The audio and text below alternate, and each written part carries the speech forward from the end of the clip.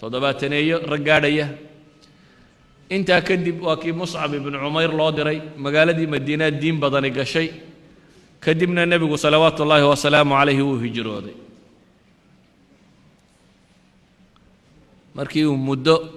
ummadaha lahaa waryaa idifaacaya yani nabigu wuxuu soo bandhigay dadka fikrad ah yaa wax iga celinayo inaan ilaahay diintiisa sheegay mararka qaarkood bay dhacdaa in gaal uu magangeliyo siin karo qof muslima muslimiintii horena gaal magangeliyadii way galeen waxaa ka mid ah Abi Bakr as-Siddiq iska tag buu yiri xadiiskii Bukhari soo sheegay oo Makka iskaga tag nin gaalo ibn Abi Daghna la yiraahdo oo qabiilka qaaro la yiraahdo sayidkeedii buu la kulmay ninkii baa wuxuu ku yiri war adoo kale ma baxee nin fiican oo dadka caawiya oo wax tara oo caynkana dadayda saad uga tagtaa Makka wuxuu yiri tolkay baa soo saaray ina celi buu yiri ma ku keenay wuxuu yiri war reer Makka Quraysh odayadeedii intuu kaanu yiri dhageysta Abi Bakr ana magangeliye siiyay Abi Bakr ninkii taabtay anigu baan istileena waa nin magantaydii taabtay xadiiska Bukhari waxay ku yiraahdeen sharti baan ku magangeliyada waa siinayna laakiin hal sharti ha yeelo quraankan iyo waxaan dumarka iyo carruurta naga akhrinaya ha dhaafo gurigiisa ha ku tukado wuxuu doonayaa ku akhriyo iyo kala soo bixi sidii buu magangeliyada ku qaatay Abi Bakr muddo markuu gurigii quraan iskaga tukanayay ayaa Abi Bakr waxa la qurux badatay guriga finaagiisa hortiisa inuu meel yar ka dhisto masaajid yar oo ku tukado meel yar buu ka samaysto masaajida halkaas ku tukada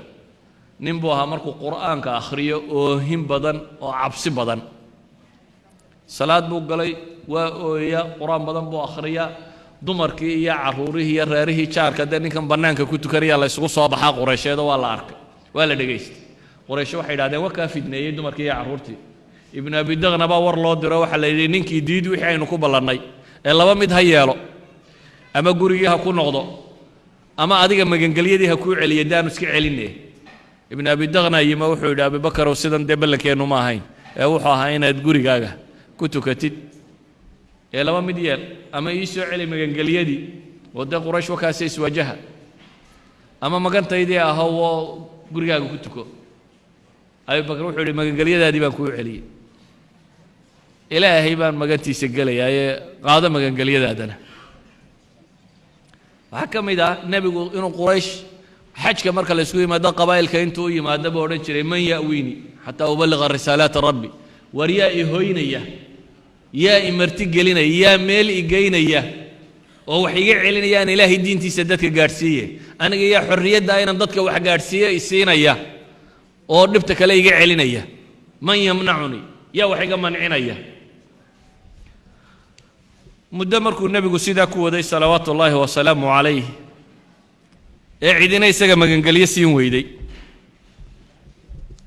ayuu nabigu markii dambe ilaahay wuxuu ogolaaday subxaanahu wa tacaala inuu hijroodo waa kii soo hijrooday Makka Madiina ayuu yimi Madiina markuu yimina nabigu wuxuu bilaabay inuu dhiso dawladda islaamiga ahay wuxuu ka bilaabay masaajid inuu dhiso markuu masaajidii dhisay kadib wuxuu u jeestay maadaama dadka muslimiinta ay soo hijroodeen oo dhaqaale xumo jirto aanay waxba jirin inuu dadka muslimiinta xoog mid ah ka dhigo oo uu walaaleeyo ansaar iyo muhaajiriin buu laba iyo saddex u walaaleeyo isku daray si mushkiladda iqtisaadigaana walaalnimadu ay u xallisho quwwatu saacidna loo helo dadkan muslimiinta in la walaaleeyo mid laga dhigo kadib buu nabigu wuxuu haddana dejiyey siday culimada taariikh soo aroorinayaan wasiiqatu taxaaluf warqadii heshiiska Madiina ee yuhuud iyo dadkii kale Madiina deganaa uu la galay oo ah sida Madiina loogu wada noolaanayo iyo sida loo wada deganaanayo dawladda islaamiga hadda bilatay siday u dhisnaan doonto intaasi waa hijradii iyo wixii ka horeeyo kooban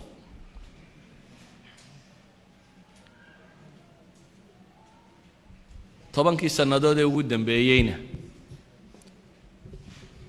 nabigu wuxuu galay salawaatullaahi wa salaamu calayhi 27 ghazwada waxa la yiraahdaa dagaalkii uu nabigu raacay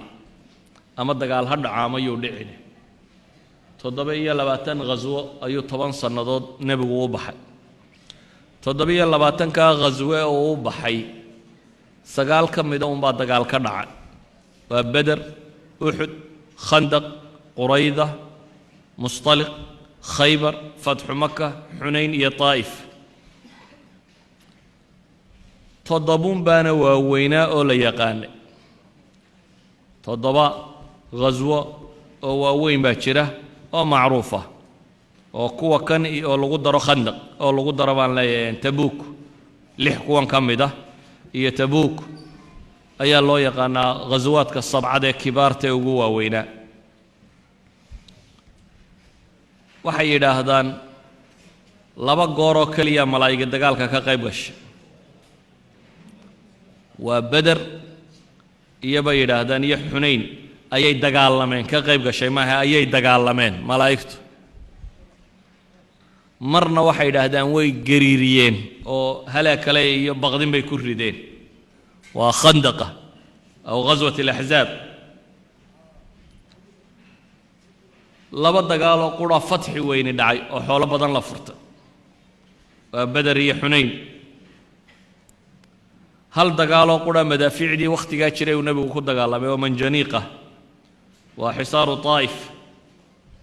hal dagaal oo kamid ah uu nabigu dhufaysay qotay waa Khandaqi ghazwat al-Ahzab عموما dagaaladiisa 720 ka asaas bay taariikhiyahanadu sheegaan waxa uu nabigu diray tira ku dhow siday taariikhiyahanadu sheegaan 38 sariyo sariyadu waa kooxda gaada ama koox mar dagaal gasha ama war keenta ama kooxun muhiim dagaal loo diray 38 sariyo ayaa kamid ah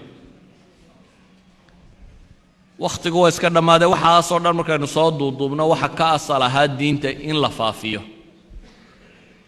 faafinta diinta la faafinayo kelimada ilaahay dadka la gaarsiinayo ayuu nabigu naf iyo nafisba u bixiyay